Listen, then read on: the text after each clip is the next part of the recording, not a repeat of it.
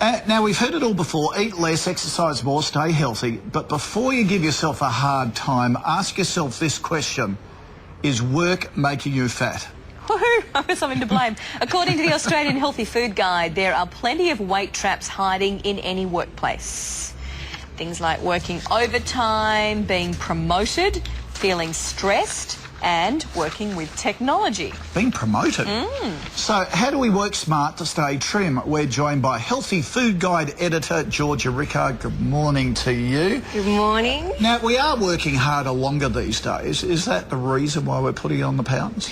Do you know, I think there are a whole bunch of reasons, and some are less obvious than others.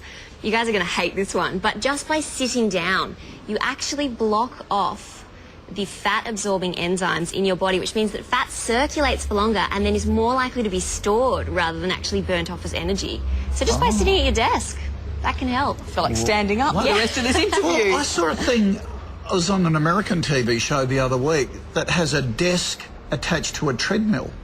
Ooh. So the desk is on the end of the treadmill. That's a cool so you're idea. walking along, doing all your computer's there and things like that. Wow. That's not a bad idea, Don't is lose it? focus and fall over. All right, now, let's talk some of the workplace traps we mentioned. Working overtime. Why is it such a problem, and what can we do to combat it? Okay, so working overtime is actually such an issue that if you consistently work overtime for about 10 years, research shows that you will probably put on a minimum of 15 kilos, which is pretty amazing. And there's plenty of reasons for that, but one of the main ones is what I'd like to call 8:30-itis. Now, 8:30-itis is pretty much like 3:30-itis, except you've got no healthy options that late at night, so you sort of eat whatever's around. Then you go home, you can't sleep, and you don't get enough sleep, and your body actually compensates the next day for that by producing more of the hunger hormone, so you eat more. So it's kind of like a vicious cycle. So you can combat, though, that with, try to make sure that you take a break earlier in the evening when you will have those healthy options available. Make sure that you do choose the healthy options, and finally, do get enough sleep, even if it means catching up with that on the weekend. Okay. Now, new technology makes things fast, easier to do. How do you avoid the weight gains there? Yeah, ironically, technology is supposed to make things faster and easier, but not necessarily sure that it does.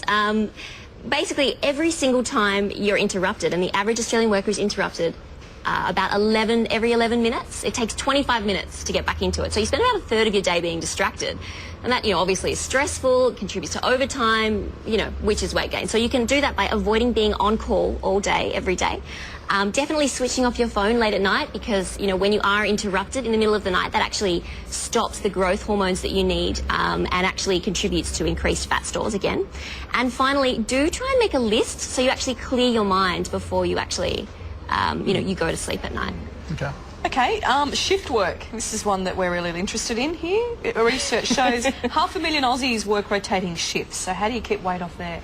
Yeah, so as you can see, you really do need to set a routine. And the reason for that is, when you're asleep, or when you're supposed to be asleep and you are actually awake working, your digestive system is asleep, technically. And scientists actually believe that when you eat food in the middle of the night, potentially what's actually happening is you're having a different biological reaction to the food. So you're more likely to store it as fat than actually burn it off as energy. So have that routine, make your first meal the biggest meal of the day, just your breakfast. Drink lots of water, that will help stop you being fatigued. And do remember to exercise, because not only will that help with weight control, but that also helps you sleep. Okay, what about if you work from home?